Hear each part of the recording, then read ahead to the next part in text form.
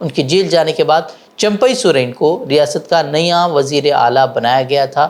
بتا دیں کہ اس وقت ایک اور وزیر اعلیٰ جو ہے وہ جیل میں ہیں، یعنی کہ کیجریوال، ان کی ضمانت کی عرضی داخل کی گئی تھی اور امید تھی کہ سپریم کورٹ سے انہیں ضمانت ملنے والی تھی، لیکن اس سے قبل ہی سی بی آئی نے انہیں اسی معاملے میں جو ہے گرفتار کر لیا۔ اور عام آدمی پارٹی کا الزام ہے کہ بی جے پی جو ہے وہ انتقامی سیاست کھیل رہی ہے اور تاناشاہی اپنی دکھا رہی ہے۔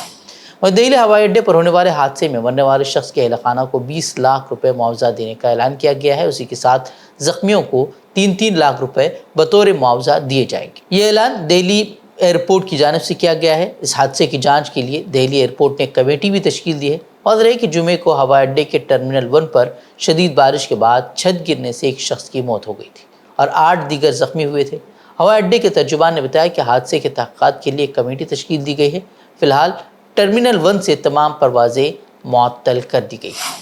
Net U G paper leak معاملے میں سی بی آئی نے ہزاری باغ واقع اوائسس اسکول کے پرنسپل اور این ٹی اے کے سٹی کوآرڈینیٹر احسان الحق، وائس پرنسپل محمد امتیاز اور ایک صحافی جمال الدین کو طویل پوچھ تاچھ کے بعد گرفتار کیا ہے۔ گرفتاری کے بعد جمعے کی شام کو سی بی آئی کی ٹیم تینوں کو ساتھ لے کر پٹنہ روانہ ہو گئی۔ سی بی آئی نے ہزاری باغ میں اسکول پرنسپل اور وائس پرنسپل سمیت 1 درجن لوگوں سے پچھلے 4 دنوں تک طویل پوچھ تاچھ کی تھی۔ اس سے قبل پیپر لیک معاملے کی جانچ کر رہی بہار پولیس کی E O U economic offence unit team نے پٹنہ کے رام کرشن نگر علاقے سے نصف جلا سوال نامہ برآمد کیا تھا۔ اس سوال نامے کے سیریل نمبر کی جانچ سے پتہ چلا کہ یہ ہزاری باغ کے منڈئی روڈ میں اوائسس اسکول واقع امتحانی مرکز کا تھا، جس کے بعد ان کے ساتھ پوچھ تاچھ کی گئی اور اس کے بعد انہیں گرفتار کر لیا گیا ہے۔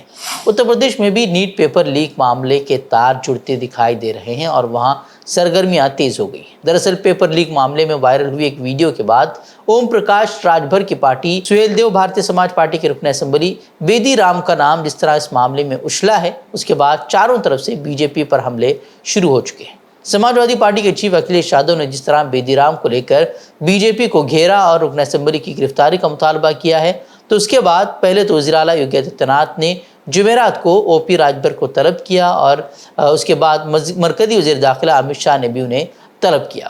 سمجھا جا رہا ہے کہ اتر پردیش کی 10 اسمبلی سیٹوں پر ہونے والے ضمنی انتخابات کی ہلچل اور اس میں نظر آتی سماجوادی پارٹی کے مضبوطی کے درمیان اس نئی مصیبت نے بی جے پی قیادت کی نیند اڑا دی ہے۔ یہی وجہ ہے کہ ہلچل بڑھ گئی ہے اور راجبھر صبح سویرے دہلی پہنچ کر امت شاہ سے ان کے دفتر ملاقات کے لیے بھی پہنچ گئے۔ بھارتی فوج کے ایک جونیئر کمیشنڈ آفیسر جی سی او سمیت 5 فوجیوں کی آج صبح اس وقت موت ہو گئی جب لیہ سے تقریباً 150 کلومیٹر دور ایک T-72 tank line of actual control کے قریب مندر موڑ میں حادثے کا شکار ہو گیا۔ فوجی ذرائع کے مطابق ٹینک حادثے کا واقعہ صبح 3 بجے کے قریب مشق کے دوران پیش آیا۔ مشق کے دوران ٹینک کو دریا کے پار کیا جا رہا تھا، لیکن ٹینک کی موجودگی سے پانی کا بہاؤ رک گیا اور اس کی سطح میں اضافہ ہونے لگا، جس کی وجہ سے یہ حادثہ پیش آیا۔ یہ حادثہ لداخ کے تاریخی مقام دولت بیگ اولڈی کے نزدیک پیش آیا ہے، جہاں کئی دہائیوں سے فوج کا ایک بڑا ہیڈ کوارٹر قائم ہے۔ کولکتہ کے موچی پاڑا تھانے کے تحت نرمل چند اسٹریٹ علاقے میں ہاسٹل کے طالب علموں اور مقامی باشندوں نے ایک مسلمان کو موبائل چوری کے شبے میں پیٹ کر ہلاک کر دیا۔ چند لوگ اسے ہاسٹل کے اندر لے گئے اور ہاتھ پاؤں باندھ کر اس کی گھنٹوں تک پٹائی کرتے رہے۔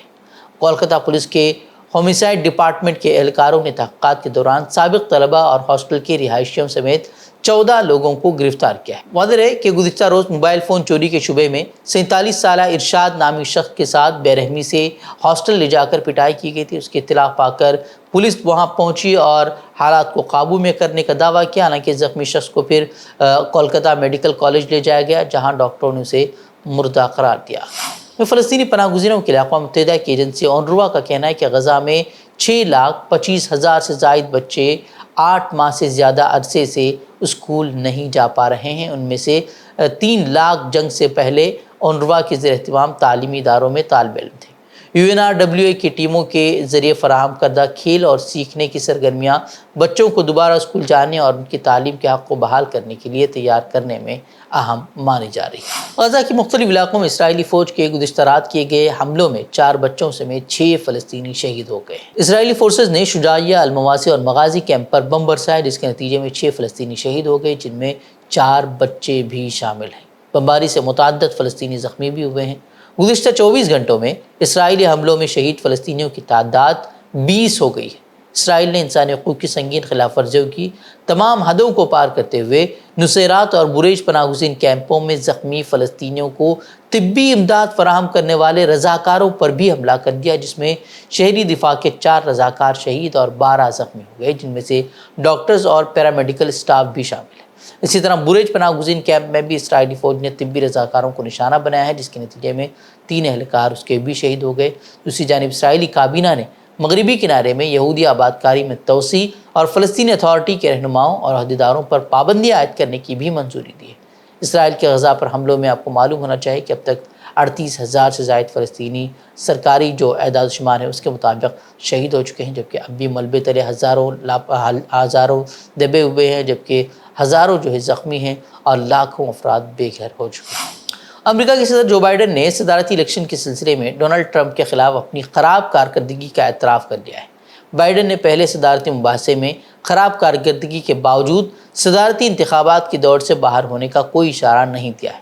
بائیڈن کی مباحثے میں کمزور کارکردگی پر ان کی اپنی جماعت میں بھی مایوسی پائی جا رہی ہے اور خود وہ بھی مطالبہ کر رہے ہیں کہ بائیڈن جو ہے وہ اس سے ہٹ جائیں، لیکن بائیڈن اپنی ضد پر اڑے ہوئے ہیں۔ وہیں ایک ریلی سے خطاب کرتے ہوئے 81 سالہ امریکی صدر جو بائیڈن کا کہنا تھا کہ صاف ظاہر ہے کہ میں جوان آدمی نہیں ہوں اور اب آسانی سے بول اور چل نہیں سکتا، اس طرح بحث بھی نہیں کر سکتا جیسے پہلے کرتا تھا، تاہم مجھے سچ بولنا اور اپنا کام کرنا آتا ہے۔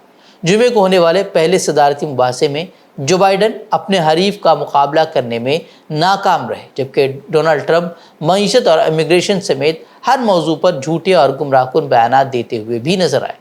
وہ مباحثے کے دوران بائیڈن کے جوابات واضح نہیں تھے اور وہ ہکلاہٹ کا بھی شکار ہو رہے تھے، جس کے بعد ووٹرز میں ان کی عمر اور فٹنس کے حوالے سے بھی سوالات پیدا ہوئے ہیں۔